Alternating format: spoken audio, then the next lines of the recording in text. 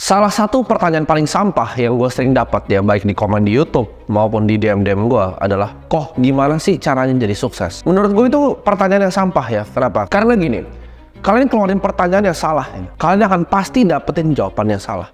Pertanyaan yang lebih benar adalah bukan gimana cara jadi sukses, tapi apa harga yang lu udah bayar buat bisa jadi sukses. Itu baru pertanyaan. Gue sangat percaya bahwa sukses itu berbanding lurus dengan apa pengorbanan yang lu udah keluarkan selama hidup lu. Kalau sukses lu belum sukses besar, artinya pengorbanan lu itu belum cukup besar. Kalau suksesnya besar, pasti pengorbanannya sudah sangat besar. Tapi kalau nggak ada suksesnya, berarti nggak ada pengorbanan yang lu keluarin. Setiap hari lu mungkin cuma nonton bokep sambil main Mobile Legends.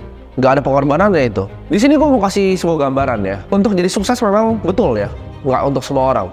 Dan pengorbanan itu luar biasa. Jadi apa aja yang sebenarnya gue udah korbankan dari zaman dulu ya. Satu, waktu dengan teman-teman tuh udah pasti kalian anggap aja udah nggak ada ya. Masa muda, mungkin kalian masih sibuk senang main layangan, main gundu, nggak ada gitu. Itu nggak ada. Masih main Mobile Legends di depan rame-rame, itu nggak ada itu. Ini menarik karena gue pengen ceritain kalian salah satu film yang gue kemarin nonton di Netflix, judulnya adalah Crypto Boy ya. Jadi gue gak akan ceritain filmnya secara panjang, tapi gue kasih inti depannya aja dari filmnya. Filmnya seperti ini. Jadi itu ada anak muda, keluarganya ya middle low lah. Dia bapaknya itu jualan burrito, makanan burrito. Lalu anak ini tuh selalu punya banyak ide. Dan waktu pertama kali gue nonton itu, gue ngerasa kemiripan yang luar biasa sama gue. Karena anak itu waktu itu dia jualan penumbuk kumis ya. Dan gue jualan waktu itu minyak rambut. Jadi bokapnya tuh selalu ketawain dia. Jadi dia cuma kerja di toko burrito bokapnya, suruh naik sepeda keliling-keliling ya kan. Selalu dihina. Dia dibilang, oh dropship boy, ini anak mau dropship mau kaya. Karena gue juga dulu seperti itu ya. Gue dulu jualan pomade. Bahkan barangnya itu sampai numpuk di rumah gue, di kamar gue, di bawah ranjang gue itu isinya minyak rambut semua. Persis kayak di film itu. Makanya gue pas nonton film itu, ini mirip nih kayak gue waktu itu dulu ya. Di situ gue lihat ya, itu figur seorang ayah yang menurut gue banyak terjadi di masyarakat kita. Dan terjadi di gue juga gitu. Dimana bahkan ya, kadang orang yang meremehkan kita itu bukanlah orang yang terjauh dari kita. Bahkan orang paling dekat dari kita, keluarga kita sendiri. Jadi di film itu, bokap tuh selalu ketawain dia, oh kalau ngapain sih ini begini-begini ya kan. Oh ini udah mau jadi miliuner nih dia nih, dari dropship. Oh dia ini kripto ini, kita ketawain pokoknya sama bokapnya. Dia bilang udah, lu benerin aja kerja di toko burritonya. Tapi anak ini sebenarnya udah coba kasih saran, oh coba dong, Pak ini kita ubah jadi lebih modern ya. Nggak pernah didengerin sama bokapnya gitu. Dia anggapnya dia nggak mampu ya, dia nggak punya kapasitas apa-apa. Gue rasa kalian di sini banyak yang ngerasa seperti itu.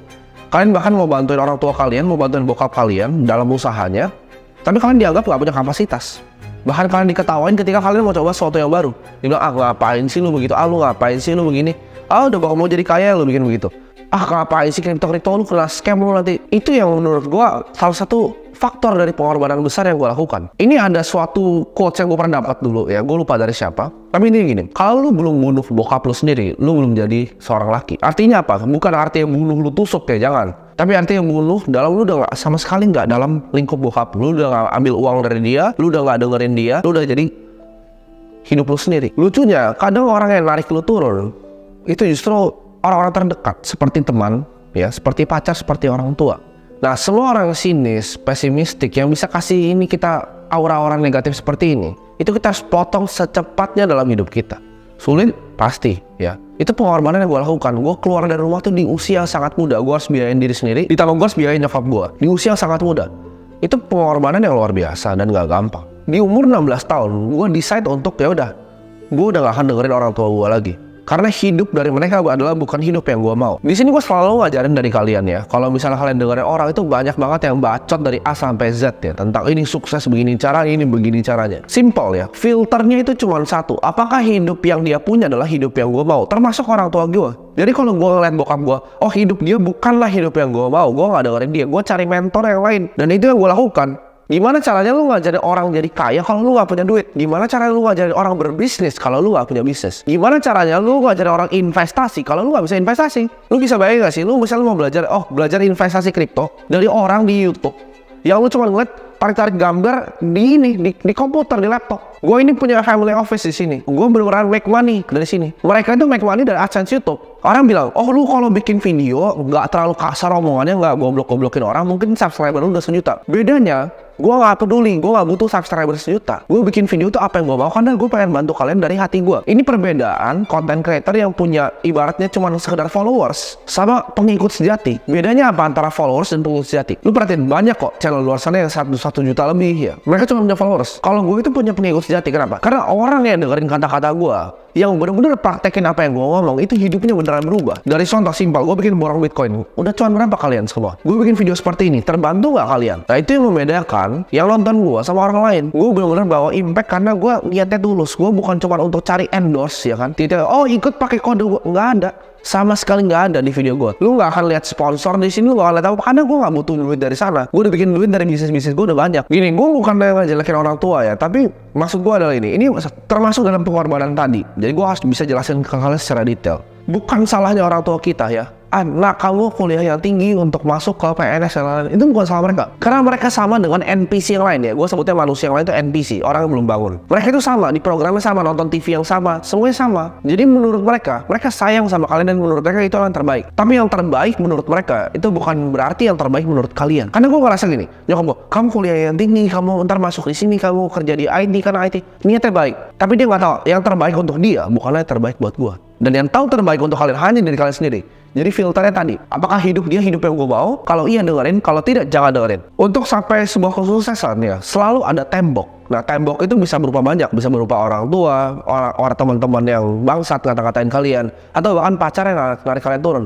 Nah temboknya banyak nih, waktu yang dibuang, keringat darah, kalau kerjaan bisnis sampai ditipu orang sampai nangis. Ada tembok besar banget di situ.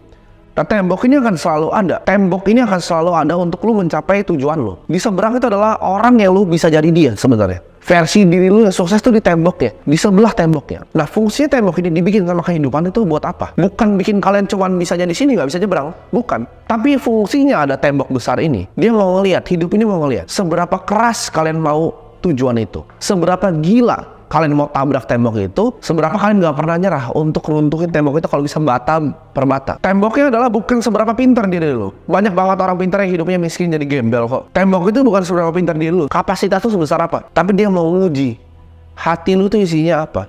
Lu berani tabrak nggak itu tembok walaupun tulang lu patah semua? Lu berani cabut nggak itu bata-batanya? Pakai kuku lu sampai tangan lu berdarah semua. Kalau lu nggak bisa itu, ya jangan harap lu mau sukses ya. Gue bilang, sukses besar selalu butuh pengorbanan yang besar. Ini quote favorit gue sebenarnya. Yang ini masuk banget ke topik pembahasan hari ini. Ini yang bikin adalah quote Kareem Abdul-Jabbar, salah satu pemain basket favorit gue. Perbedaan antara orang good dan great itu cuma willingness untuk sacrifice. Pengorbanan lu mau sejauh apa untuk dari bikin good ke great ini ya. Lucunya gini, orang itu ngerti perubahan fisik ya. Perubahan fisik maksudnya apa? Kalau kita mau nge-gym ya kan, lu mesti hancurin otot dulu untuk bikin otot, itu semua orang ngerti. Tapi untuk mental, mereka nggak ngerti bahwa mental itu bisa dilatih. Lu harus hancurin dulu mental lu di sini. Kenapa gue anjing-anjingin lu semua? Ya video gue nggak peduli mau di-ban sama YouTube, gue udah di-ban sama TikTok ya, akun gue hilang semua. Gue nggak peduli. Ini bedanya gue sama content creator lain. Mereka di-ban di TikTok, mereka pusing. Kalau gue di-ban di TikTok, kalian yang potongin bahan untuk gue. Message gue tetap tersebar ke semuanya. Mau YouTube di-ban aja, gue akan pindah lagi ke Rumble. Gitu. Gue nggak takut. Gue akan tetap anjing-anjingin kalian di sini. Kenapa? Karena mental kalian ini sama kayak nge-gym, harus gue rusak dulu untuk gue bisa bentuk ulang. Banyak yang ketawain gue, oh mindset, ketawain, oh genset. Gue kasih tahu lu ya, mindset itu penting banget. Itu baru kemarin ya, gue ngobrol sama partner gue di sini tentang ada orang di karyawan di sana. Kan gue di gedung kantor ya. Gue setiap pagi datang, ya kan naik kadang bareng-bareng sama karyawan. Di situ gue ada dengar 3 orang laki ya, 3 orang laki. Ini pagi. Ini baru mau masuk nih jam 9 pagi. 3 orang laki ini ngomongnya apa? Oh, malam kita makan di Habits ya, tapi kayaknya kemarin udah makan di IKEA, udah makan di sini. Mahal ya. Lu bisa bayangin nggak otak goblok mereka itu? Baru jam 9 pagi, mereka udah mikir mau makan apa. Seberapa goblok coba kalian bayangin orang-orang itu. Kerjanya belum ngapain, duitnya kurang, gaji mungkin pas-pasan.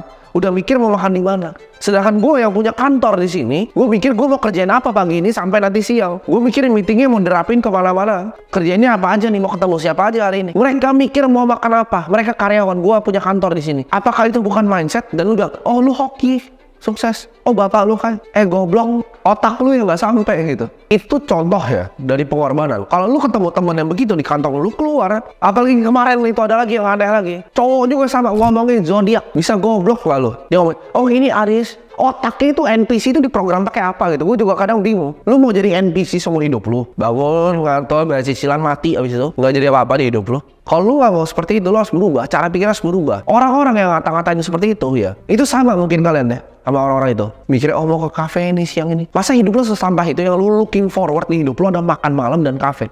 Kalau lu mau jadi orang, gue kasih tau, lu gak punya pemikiran bahwa gue akan jadi yang terbaik di suatu bidang. Lu udah kalah duluan.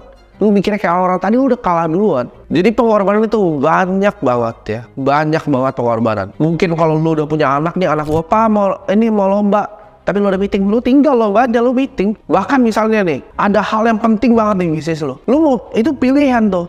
Lu mau pilih yang keluarga lu atau lu mau pilih bisnis lu? Lu cuma bisa pilih satu, lu gak bisa pilih dua-duanya. Kecuali mungkin nanti bisnis lu udah konglomerasi, silahkan lu sama keluarga. Tapi by the time lu udah gak punya waktu juga, lu udah tua. Ya, lu udah tua. Jadi sini gue pengen bilang ke kalian, apakah benar sukses itu adalah jalan yang kalian mau tempuh? Siap gak kalian buang orang tua kalian? Siap gak kalian untuk korbanin semuanya? Siap gak untuk ambil resiko yang gila? Siap gak untuk tabrak temboknya atau patahin batanya per bata satu-satu? Kalau lu siap, lu ikut ke perjalanan ini nggak bisa mundur. Lu nggak bisa lihat mundur lagi ya. Siap nggak lu untuk keluar gitu dari sekolah lu? Kalau misalnya emang itu nggak bikin lu maju. Kalau lu nggak siap, ya nggak usah. Lu jadi NPC tadi yang ngomongin zodiak sama ngomongin malam itu mau makan di mana, dan masih kurang gajinya karena terbatas. Hidup itu pilihan. Lu mau yang jadi yang kiri, mau jadi yang kanan. Nah sekarang pilihan lu. Lu mau jadi NPC atau lu mau jadi orang di hidup ini yang punya pemikiran sendiri, punya pemikiran independen. Itu pilihan kalian.